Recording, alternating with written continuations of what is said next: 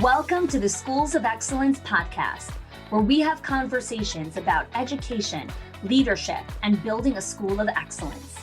The goal on this show is to bring you clarity, up-level your mindset, and give you practical strategies and inspiration so you can show up with confidence and trust your decision-making.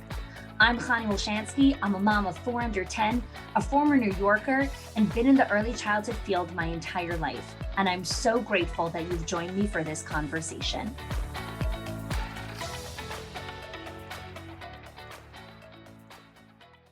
Hey there, and welcome back to another episode of the Schools of Excellence podcast. So today's episode is a unique one in that we actually are starting to get geared up and planning for the fall of 2022 for the new school year. And in today's conversation, I want to talk about how to plan for the new school year with wise decision-making filters. So one of the things when we're planning for something new, whether that be the new school year or planning for a big decision, I find that we're often looking for what are the decision-making filters? Like, how should I be thinking about making certain big decisions? And the framework that I want to present to you is to really help you practice discernment through the projects that you would like to tackle in this upcoming school year. Because if we don't put filters, then everything becomes important. And when everything's important, we don't have a focus. When we don't have a focus, it's difficult to plan and be prepared. Where we're not planned or prepared, we invite chaos, uncertainty, and a lot of ambiguity into the day. It also doesn't allow us to have follow-through and accountability, which are integral components to continue to grow and elevate the school. So let's start with the number one filter, the business objectives. Okay, we want to look at what are you currently doing in the business? What are you currently doing in the school? And then what are some potential opportunities or additions or changes that you want to add for the upcoming school year? For example, maybe you want to add an additional revenue source for your childcare. Maybe you want to rent out your multi-purpose space. Maybe you want to add on a kindergarten. Maybe you want to improve parent experience. Whatever it is, make a list of what you do now, currently, all the things that you currently do now in this school year. And then I want you to make another list of what you want to add or remove or change for the upcoming school year. Okay? Now, as you work through these two lists, you're going to ask yourself some questions. Okay? What are the ways that your school currently makes money? Is it only through tuition? Is it, is that your only revenue source, right? You want to think about what are the ways that your school currently makes money. Number 2, what do you want to offer next year? Is there a new offer that you would like to add to your existing offers in your school? Number 3, what is the experience I want for my parents and students? Now, while you're listening to this, you may be taking notes. I also have a workbook that comes with this that breaks down everything that I'm talking about in the episode right now. You will get access to this worksheet. This is a worksheet that we created for our owners in our Owners HQ group. So in our Owners HQ group, it's a group of owners and executive leaders who are working together with training and coaching and mentoring to achieve their goals and build their school of excellence. And so throughout the program, we create resources that are helpful to help the leaders reach their goals. So this is one of the resources that we created for them to plan for the new school year. But I realized that I really wanted to also create an episode on this and also really give people a taste of what we actually do in our Owners HQ program, right? We get a lot of questions about what goes on over there. What do you guys talk about? Is it valuable? What am I going to learn? What am I going to gain? Well, this is one of those things that we do inside of the program. So you will get access to that worksheet. The link is in the show notes. So that's number 1 is the business objectives. Okay. Understanding what are you currently doing, and then what are the potential opportunities or additions or changes that you would like to make for the upcoming school year. So that's the first filter, business objectives. Second filter, financials. Okay. Write down all the numbers for your financials. Right? So your financial goals as far as good, better, best financial goals. The reason why you need good, better, best is because if you only make one target and then you don't hit it, you feel like a failure. When you're constantly feeling failure around money, you start to develop a scarcity mindset around money, that there will never be enough. There is more than enough money to go around, no matter how much competition you have around you. Okay? That is why we need to set better goals one of the ways in setting better goals is setting 3 types of goals: good, better, and best. The good goal is, for sure I can hit this goal with very little resistance. The better goal is, I'll have to stretch myself. And then the best is the stretch goal, which is usually double the good goal. So if your good goal is, I want to get 10 new families, your best goal would be, I want to get 20 new families. Okay. When you do that, you set yourself and your team up for consistent milestones and success. When people are feeling that they're hitting goals, they internalize themselves as confident and better decision makers. Okay, this is all part of a subconscious and conscious plan in setting yourself up for success for the upcoming school year. And the way that you set goals, and the way that you set priorities, and the way that you set mile markers, and the way that you motivate the team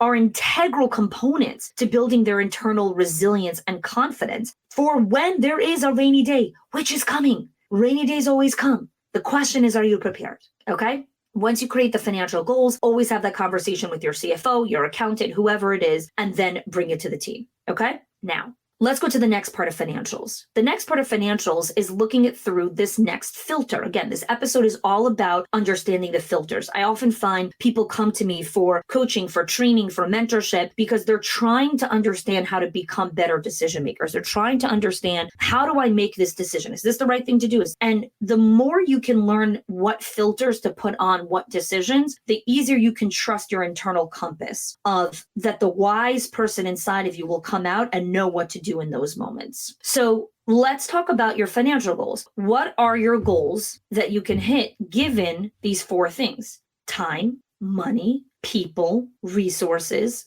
and energy?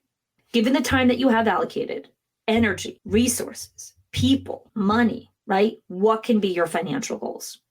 I find leaders drastically overestimate how much time they actually have, forgetting that they have kids and a personal life and a husband and maybe a mom who's very sick that they want to spend more time with, or other factors that are completely beyond their control. How much energy they have. What's going on in your life right now that you're dedicating energy for?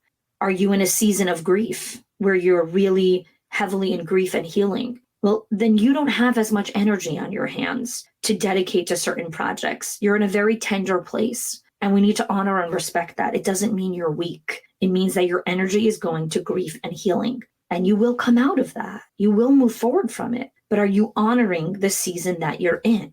People. How many people do you have on your team? And how much money do you have to invest, right? You got to have money to make money. So this episode, again, I want to just bring context, is decision-making filters. I'm not giving you tips and tricks and strategies. Those are things that we really dive deeper into our, core programs, our Directors Inner Circle, our Owners HQ program, our legacy group. That's where, the SOPs and the systems and processes sit. This episode is about enlightening you on the different ways to think about things and the ways to make decisions. Okay.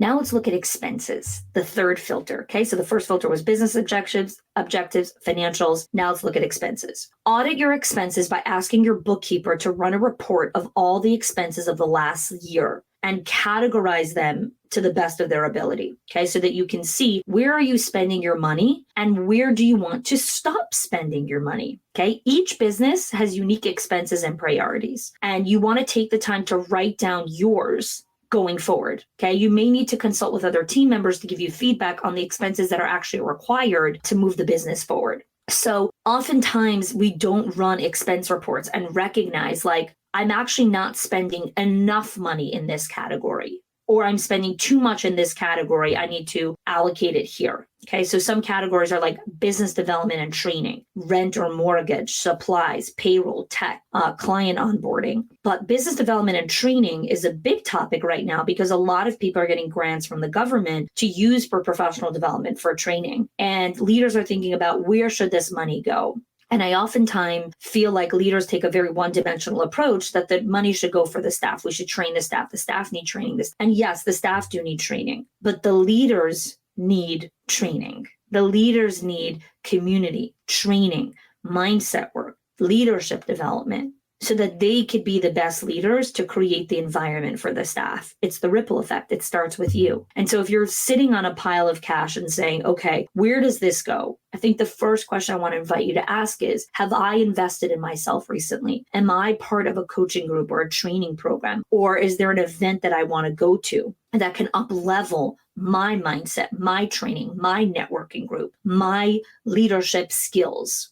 I want you to think about that. Again, there's so many out there. You want to discern what makes sense for you, but asking yourself these questions is the first step towards making the right decision. Okay. Where will we put money to see a return in connection with our company goals? So whatever your company goals are you putting money towards getting those company goals? You want to be intentional about where the money goes and calculate, right? What are you estimating is going to be, coming up? So for example, if your goal is to enhance parent experience, quality care, and retention, those are directly correlated to investing in business development via leadership training for your management. When you invest in management training, the better they are able to hit the goals and metrics of the business. So always think about, okay, so if my goal is this, well, how do I get there? Who needs the skills to get there? So let's pause for a second. The filters have been so far business objectives, financials, expenses. Okay, and we spoke a lot about understanding the business development side and how that's an important expense in the business. Now let's go to defining projects. Okay, this is the next filter. Once you understand your business objectives, you start to write out the projects that are needed to achieve your new objectives. Okay, so for example, we have a project that we want to start renting out our multi-purpose space, or we have a project that we want to build out a better parent retention system. Your projects, okay, are not usually managed by one person. There's multiple people involved in completing a project. And so we make a list of projects, but then we get a new idea and now we get a new project. And so all of a sudden, all these projects that we thought we were going to accomplish within the next 6 to 12 months now get kicked down the road because this idea feels more urgent. And so you want to think about what are the projects that have the most transference. What is transference? The projects you decide to put your time, money, resources, and people to are the projects that should get you closer to your business objectives, your profit goals, and your personal goals. So you have some projects that only hit one business objective. Well, maybe that's not such a high transference goals, right? Some projects relate to multiple goals and they transfer to other areas of the business in comparison to other projects that you might have on your list. These projects should be prioritized because of the amount of impact it will have to lead to more success. One of the things that I've noticed so drastically in our directors program is the directors have all these projects that they're getting from the owners that they need to do, but they're not scoping them out properly. And so they don't understand how much time it actually takes to complete this project, or how much money it will take, or how much energy, or how many resources or people it will pull. And then the owner's coming and like, why isn't this project done yet? I'm ready for the next one, right? But you haven't completed the first one. You haven't even started it yet. And in the owners group, there's a lack of understanding of project scope because owners are typically visionaries and they don't see the details of a project scope or how much effort will actually go into the completion of this project. I'm guilty of that. I'm a visionary, but I've created systems and processes and people in place that when I present a project, my team has been trained to say, yes, maybe, let me scope the project first. My team never says, yes, we're going to go ahead with this project or idea when I present an idea. They are not allowed to do that, right? I will call them out on it. Like if I present an idea and they're like, oh yeah, that's a great idea, let's run with it. That's not what we do in this company. We don't say, yes, that's a great idea, let's go ahead with it. We say, yes, maybe, honey, that's a great idea. Let me scope it out and come back to you in 24, 48 hours and present to you how much time this project will take, how much money this project will cost, how many people on the team will be pulled to complete this project, how many resources will be taken, how much time from your calendar will be, you'll need to commit to this project. And then you can decide based on your previous commitments already, do you have bandwidth for this project? And how does it impact the business? And how much transference does it have to overall company mission and vision?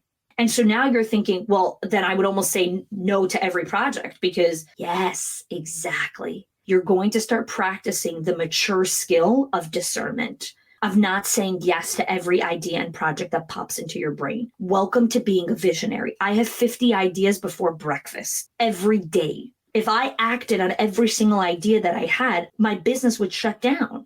right? We have to investigate the impulse of that idea. And this is what it means to have wise decision-making filters. This is what it means to become a discerning leader, a wise decision maker. We don't say yes to every project. And recognizing what overcommitment looks like. We drastically underestimate how much time something's going to take. We think, this is a 2-month thing. No, it's not. Because you're forgetting that life and maintenance also has to happen, that the teacher is going to call out, that there's going to be an angry parent, that there's going to be an email that might derail you for 3 hours. Have you calculated all of that time? Because that needs to be calculated, because life does happen. When we make projects, I often find leaders make projects from the scope of nothing's ever going to go wrong in the next 2 weeks or the next month. No one's going to call out. No one's going to be sick. Nothing's going to happen. It's never going to snow. It's not going to rain. There's going to be no school closures. Everyone's going to feel good. None of the kids are going to get scratched. And I'm like, that is not real life. All of those things happen. So why are you not planning for it? Why are we not creating margin for all of these things to happen? Because they do. So that when you're trying to complete a project, you're not constantly met with frustration of why didn't we hit the goal yet? Well, you didn't hit the goal yet because you forgot to calculate light. Kids get sick. Kids get runny noses. Sometimes you had a hard morning because you were in a really difficult conversation with your partner. And the next day you can't concentrate as much on the big project that you needed to do. And you need to be a little gentle with yourself and say, you know what? I thought I could dedicate 3 hours to this project. I can't. My mental capacity is at 90 minutes today. I've got to take a break and I have to work on this again tomorrow. Well, now you're already behind. But what if it wasn't that way? What if there was more space? This is a huge concept that we're going to be teaching in our director's program and in our owner's program, understanding these concepts. This is a huge contributor of stress and uncertainty and all of the overwhelm that so many of the leaders are experiencing. There's just too much. There's too much. One person is trying to do too much. We are not machines. We are humans. So let's close the loops here, okay? What are some of the filters? Business objectives, financials, expenses, and the biggest one is defining projects, because this brings me to the last thing, stress testing the calendar. What does it mean to stress test the calendar? Okay, well, now that you have all your projects defined and organized in order of importance and transference, now it's time to stress test the calendar. You're going to look at how long each project will take, all the meetings required to actually do this project, right? Every project requires conversation, communication, meetings. You're going to map out milestones and deadlines. You're going to see if there's existing dates that interfere with this new project that you want to do, right? You might have a certain project with a timeline. You're like, ooh, the timeline actually bumps against the Christmas holiday, and then there's New Year's, and then we have this dad's thing event, and then, so it's actually going to take us 7 months to do this project because we have a 6-week gap where all the holidays are that we're not going to really be able to work on this project. Projects begin to overlap. And so now you're like, ooh, this might not work. You want to be able to fit in your projects and allow enough time to complete each milestone and have bandwidth for edits, for possible roadblocks, for everyday tasks, for that season of the school year. And then this ultimately changes your project due dates and the amount of projects that you will allow, the amount of things that you allow to work on. Hiring is always a project in your company. Do you have time on your calendar allotted for hiring? It's not a one-day thing. It's not you do hiring in August and, we're done until next August. No, you're not. You're not done until next August. Well, if hiring is a consistent project, there needs to be space and bandwidth for it on the calendar. You don't do payroll in September and then never do payroll again. You don't pay your people once a year, right? Payroll is every 2 weeks or every month, whatever it is, or every week. Is there space allocated for that? And only then can you start looking at additional projects or additional training or things that you want to do. And then with training is a project. When you train the staff on something, where is the follow through on the calendar where you're going to consistently train and enforce and follow up and hold people accountable, right? We kind of do the training and the staff development. And then we're like, okay, now everyone knows how to do this. I don't need to dedicate any more time to this. And then when we have to sit down and have a difficult conversation with the teacher about something, we're like, this derailed my day. No, that was the point of your day. You did a staff training on this concept and the teacher didn't process it the first time. Shocking. Are we expected to process everything but the first go around? And so she needed to have a difficult conversation, but that derailed your day because you didn't anticipate that you might have to have some conversations with teachers privately. You will plan for them, right? So let's take an example here, okay? Renting out a space project. Let's say, because I've heard this a lot, like we have some space, we want to rent it out, we want to bring an additional revenue stream. Well, during the kickoff meeting of renting out this space, which is a whole nother concept that I talk about, every project needs a kickoff meeting, right? We're kicking off the project. Let's talk about all the stuff associated with this. You might have 4 milestones to hit with this particular project, but maybe you only have allocated 8 business days to complete that project. And maybe those 8 business days is going to be over a 6-week time period because there's so many other factors. You need to look at the calendar. What is happening from start of the project to the end of the project? What are the holidays? What are the vacations? What are the events? Every member of the team who's part of the project needs to share their capacity to be able to complete this project. What are the interferences that might come in? Where you need to adjust the length of time needed to complete the milestone. So these are some of the things I invite you to think about when it comes to planning for the new school year with wise decision-making filters. Again, we have our PDF inside of the show notes that you can download to help you guide through this process. And our Directors Inner Circle and Owners HQ program is actually doing a special training on this concept in the upcoming weeks. This is a lot of what we do inside of our program is we develop unique trainings that are already pre-made, or we do live training so that our members can ask questions and get it more specific for them. So if you're interested in training, coaching, mentoring, community, you're looking for more content like this, like what I just shared with you in today's episode, then I encourage you to fill out an application. The link is in the show notes for our directors program, our Owners HQ, our legacy group, and see if it's a good fit for you. See if it's a match. See if this is the right season for this kind of investment of time and money. And we'll jump on a call, we'll chat. And if it's a good fit, we'd love to welcome you inside the program. And if it's not, at least you tried and you got to see, is this something I want to explore? Right? And sometimes we feel like we have to know all of the answers before we even, hit the application, before we even get on a call. You don't. The call is to find out and explore if it's a good fit, if it's right for you. And I'll be 100% honest and transparent if I think it's a right fit for you. After having hundreds of these conversations,